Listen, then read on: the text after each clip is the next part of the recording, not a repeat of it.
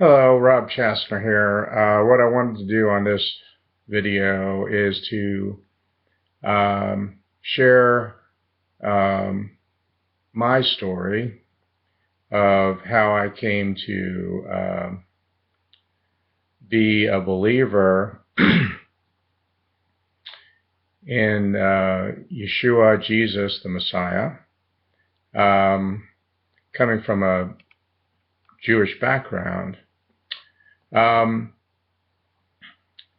the hopes that it would open up some other people's eyes and hearts to the truth that's written in the Scripture. And you can't come to a saving knowledge without studying Scripture. But I was born in Miami Beach and into a Jewish family. Both parents were Jewish. Both sides' grandparents were Jewish and kosher in their homes. And as I was growing up through elementary school, we lived in a relatively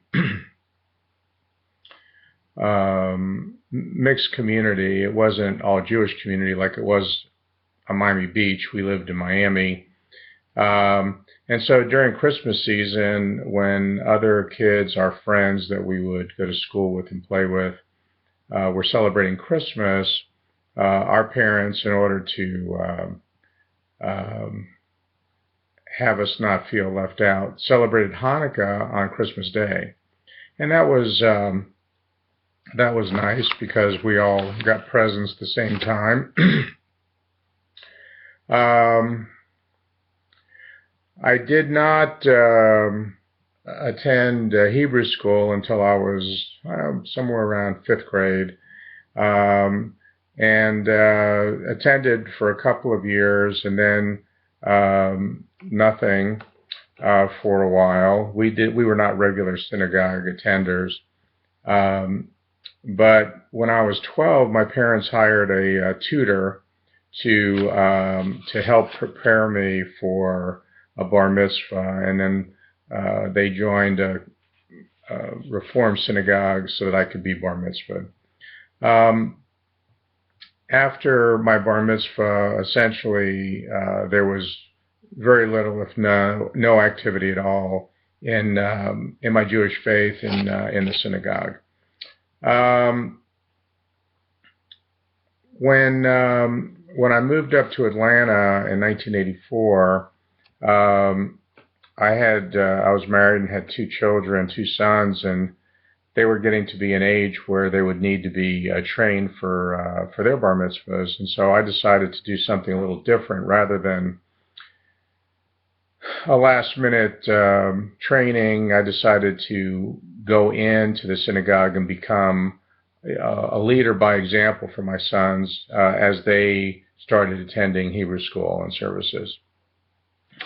And so I got involved in service there in that community. I was asked to help out with the Chevra Kadisha, which is the burial society, and that's essentially where when someone passes, there's a ritual bath or bathing, and you dress the body in a shroud, and there's certain rituals involved, and it was a wonderful, wonderful opportunity for me to grow spiritually, and that's the ultimate gift of a blessing to give to somebody where you know you can get nothing back in exchange, and that's what the Torah teaches, unconditional love,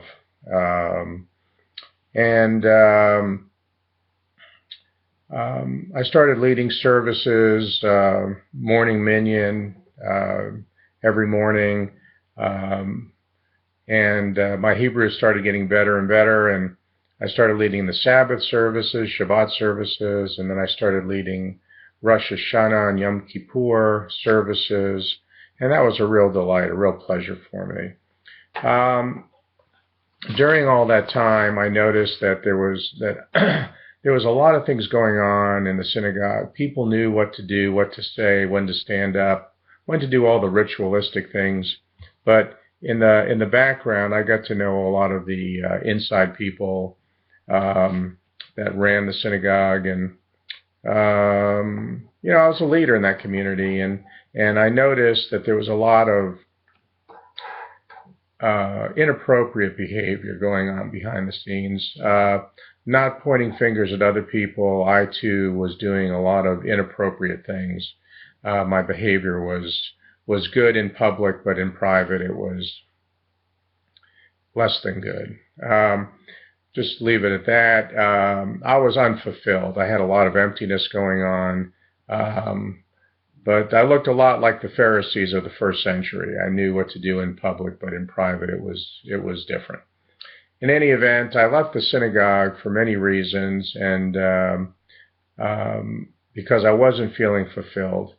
And at some point right after that, I met up with an old friend that I knew from the insurance business, and she and I spoke about some things in the Bible that she had learned, and she mentioned some verses that she suggested that I read, one of which was the 12 verses in Isaiah chapter 53, Jeremiah 31. There's a number of psalms that have messianic prophecies inside of them. Psalm 2, Psalm 8, Psalm 16, 22. There's numerous numbers of psalms that have messianic prophecies, but she recommended a number of different verses, which I'm grateful for, because that was a seed planted to read the Bible and to understand the truth. That's where you get the truth from. On February the 3rd, 2005, I was walking into a bagel shop, and that's the first time I met Sylvia, and we chatted there, and we met later that evening and had dinner and I wanted to date her, but she told me that she did not want to date me because we were unequally yoked. And I was so full of myself at the time, I told her not to worry, that she would catch up. And nevertheless, rather than her running for the hills, she invited me to a Bible study class, which I think was very unselfish of her, and it's the beginning of the turning point, really, for me.